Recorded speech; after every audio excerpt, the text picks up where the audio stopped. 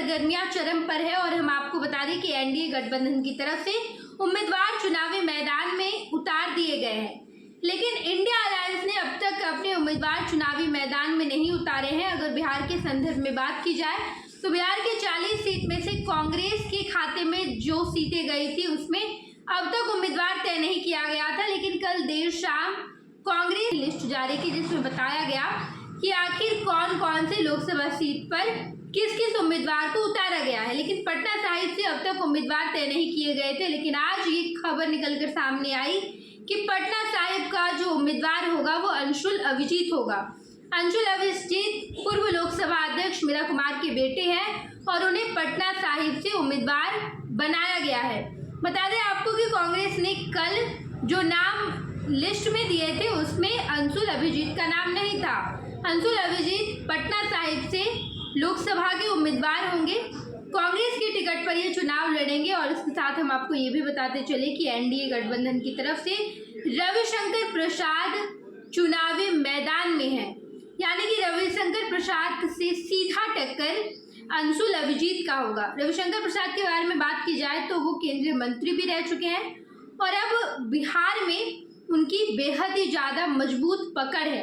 इसके अलावा पटना साहिब के लगातार सांसद भी हैं और इस बार जब 2024 में एक बार फिर से एनडीए ने उन पर भरोसा जताया है तो इंडिया गठबंधन की तरफ से अंशुल अभिजीत चुनावी मैदान में आपको नजर आएंगे।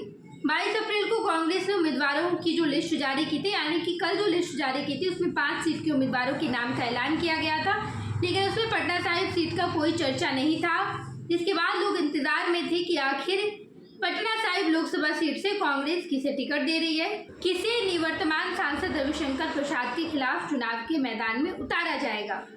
इसे लेकर कई नामों को लेकर कयास लगाए जा रहे थे, लेकिन तमाम कयासों पर आज विराम लग गया। पटना साहिब से कांग्रेस ने लोकसभा के पूर्व अध्यक्ष मीरा कुमार के बेटे को चुनाव के मैदान में उतार दिया है, जो रविशंकर प्रसाद के खिलाफ चुनाव लड़ेंगे। बताते चले हम आपको कि दरअसल लिस्ट भी जारी किया गया है, जिस लिस्ट में कल जो लिस्ट जारी किया गया था 5 लोकसभा सीट की बात कही गई थी, 5 लोकसभा सीट पर कौन कौन से उम्मीदवार होंगे ये भी लिखा गया था, लेकिन पटना साहिब के उम्मीदवार तय नहीं थे।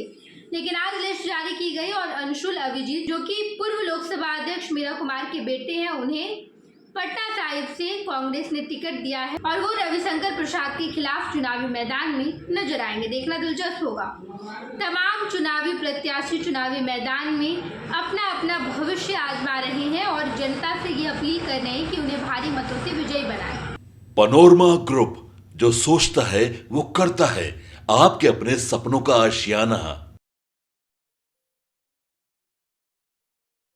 ये लो मुंह मीठा करो, आज मैंने अपना जॉब छोड़ दिया, अब हम पूर्णिया वापस जाएंगे। जॉब छोड़ दिया है? मतलब ये घर कैसे चलेगा? हम करेंगे क्या? और माँ बाबूजी क्या बोलेंगे? इसलिए मैं एक और मिठाई का डब्बा लाया। अपने बिजनेस के लिए लोन अप्रूव हो गया। अरे लोन अप्रूव हो गया वो तो ठीक है, लेकिन पूर्णिया में हम रहेंगे कहाँ? अपना घर भी तो नहीं है वहाँ। इसलिए तो एक और मिठाई का डब्बा अलग से लाया हूँ। हमने पूर्णिया में घर ले लिया है, पूर्णिया के ई होम्स पैनोरमा में। पूर्णिया में पैनोरमा ग्रुप लेकर आए हैं ई होम्स पैनोरमा। बड़ा घर, आलीशान जिंदगी और अत्याधुनिक सुविधाओं के संग। अरे अरे, अब क्यों मुंह मीठा करवा रही हो? क्योंकि हम घर वापसी जो कर रहे हैं। घर वापसी की खुशी पूर्णिया में ई होम्स पैनोरमा के संग। ई homes panorama, luxurious lifestyle redefined.